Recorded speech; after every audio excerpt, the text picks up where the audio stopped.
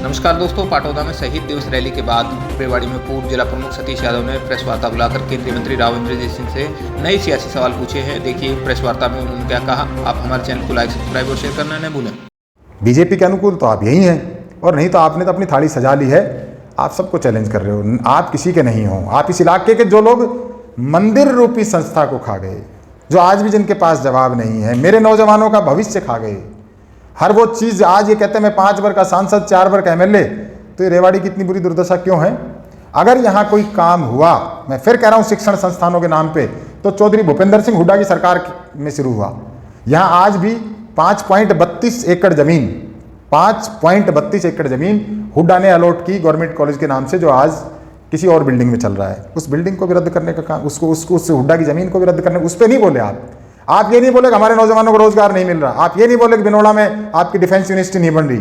आप ये नहीं बोले कि एम्स के लिए मैं बात करूंगा। अरे आपके पास, आप कहते इतनी जमीन, आपने कोई 1 इंच जमीन दान दी क्या?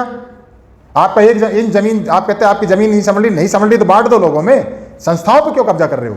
आप कहते हो मेरे पास ही बतेरी जमीन, तो फिर क्यों वहां जमीन पे एक बात हो रही है कि उसमें अपने माजरा भाड़की में, तो आप देते ना अपनी जमीन, आप करा लो, मेडिकल कॉलेज खुलवा लो, कुछ और खुलवा लो, आओ आगे कहो मेरी जमीन में खोलो। आप तो कब्जा करने जा रहे हैं इस पे, आपकी जो ये है आश्रम की जमीन, उस पे भी।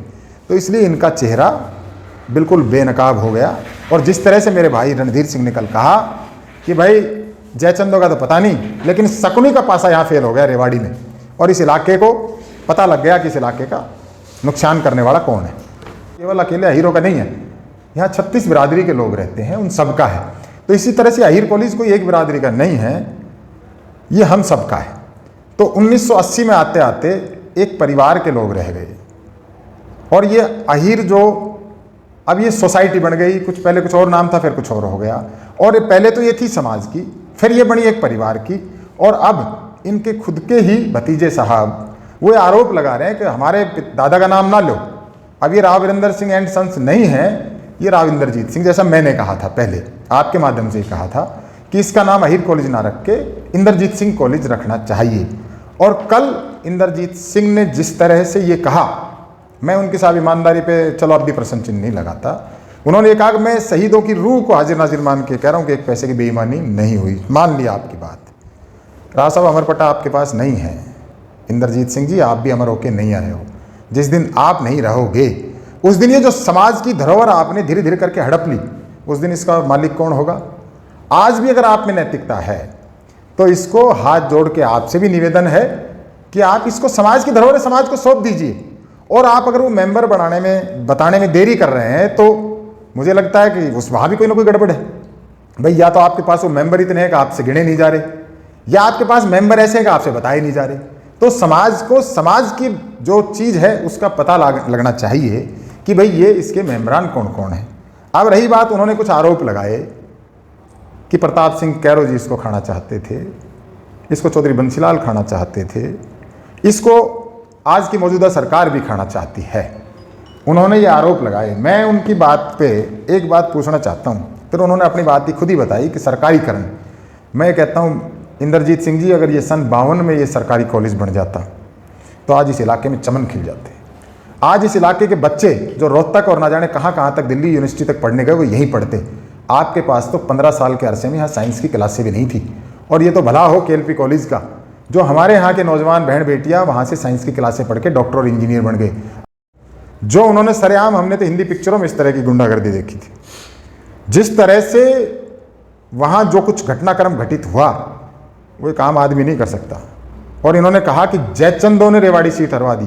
मैं आपके माध्यम से जो भी कोई वो जयचंद भाई हैं, उनका इस्तकबाल करता हूँ, उनको नमन करता हूँ कि भाइयों, आपने कम से कम भाई रणधीर सिंह का साथ निभा के मेरे बड़े भाई का कम से कम इस इलाके को बचा लिया। अगर वो लोग आज सत्तासीन होते तो आज इस इलाके का कौन रखवाड़ा होता?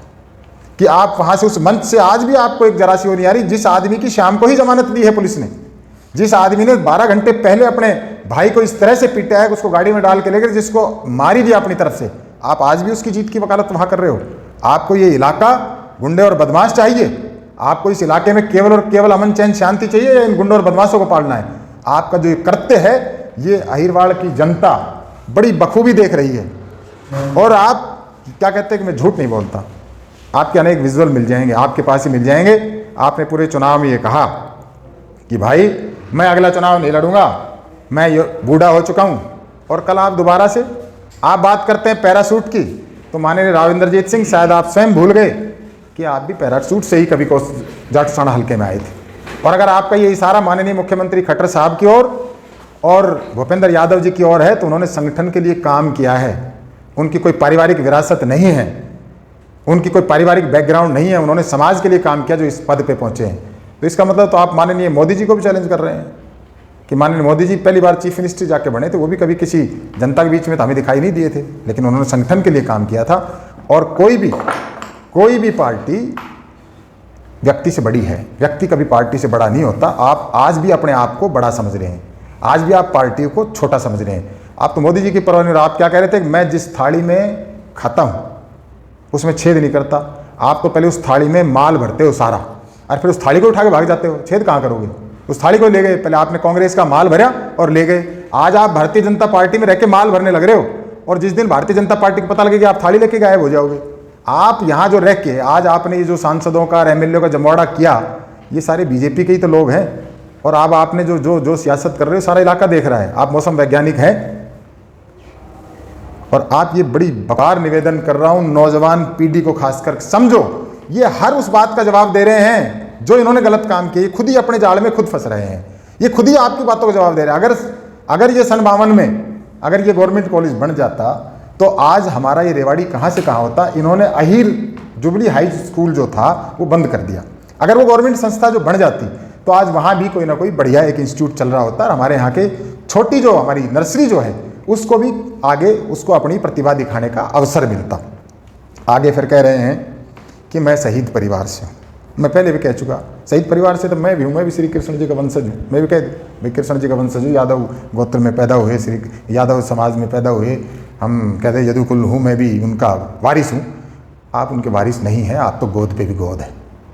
तो क्या मांगते हैं आप? तो राव तुलाराम के पीछे छुपने का काम करते हैं। जब आपके ऊपर अब प्रेशर आया, आपको याद होगा आपके माध्यम से अनेक, मेरे से पहले अनेक लोग कह चुके हैं, चाहे वो भाई रघु यादव हो, चाहे वो राव कर्नल राम सिंह हो, चाहे मैं आपके सामने बैठ के कह रहा हूँ, चाहे सतीश यादव हो, चौधरी बंसीलाल की वजारत में ये मंत्री थे, और चौधरी बंसीलाल ने 23 सितंबर की छुट्टी रद्द की, तो उस टाइम ये बहादुर साहब हमारे कहाँ चले गए थे? फिर इनको बहादुरी याद नहीं आई। अब ये वहाँ से हुंकार लगा रहे हैं और पता नहीं क्या क्या कर रहे हैं। जब ये बहादुरी इनकी कहाँ चली गई? अगर इनमें राव तुलाराम का वो होता खून, तो मैं कह रहा हूँ खोलता, और ये वहाँ उस वजारत को लात मार के आते, हम मान लेते राव तुलाराम के वंश से। राव तुलाराम ने तो अंग्रेजी हुकूमत को चैलेंज किया था, जिनका सूरज नहीं छिपता था पूरी दुनिया में। उन्होंने तो उस टाइम में उनके साथ नसीबपुर के मैदान में वो जंग आज़ादी की लड़ाई लड़ी, जिसका आज भी उदाहरण दिया जाता है, पूरी दुनिया में जिसका नाम लिया जाता है। आप उनके नहीं हैं, आप तो गोद पे भी गोद हैं। अब ये जो इन्होंने बनावटी बातें कही, कल बड़े शेरो शायरी कर रहे थे, अब वो लिख के ले आए थे, मुझे तो लिखना पिखना भी नहीं आता। और मैं कहता हूँ कि शेरो शायरी से काम नहीं चलेगा, आपको जनता के प्रति अपनी जवाबदेही करनी पड़ेगी। आज भी समय है। अगर इस अहीर कॉलेज की संस्था को आप गुंडों से दबवाना चाहते हो, मैं वो जो भाई आया संपूर्ण आनंद उर्फ अनिल, उसका शायद अनिल नाम है, संपूर्ण आनंद उन्होंने शायद खुद रख लिया है, उनके पिता ने रखा, मुझे नहीं पता इस बारे में, क्योंकि मेरी उनसे कोई ज़्यादा वाकफियत भी नहीं है। और मैं उनकी सारी बातों को ठीक भी नहीं कहता, क्योंकि अगर उनके फेसबुक पे आप जाओ तो वो कुछ ऐसी बातें भी लिख देते हैं जो शायद मुझे पसंद नहीं है। लेकिन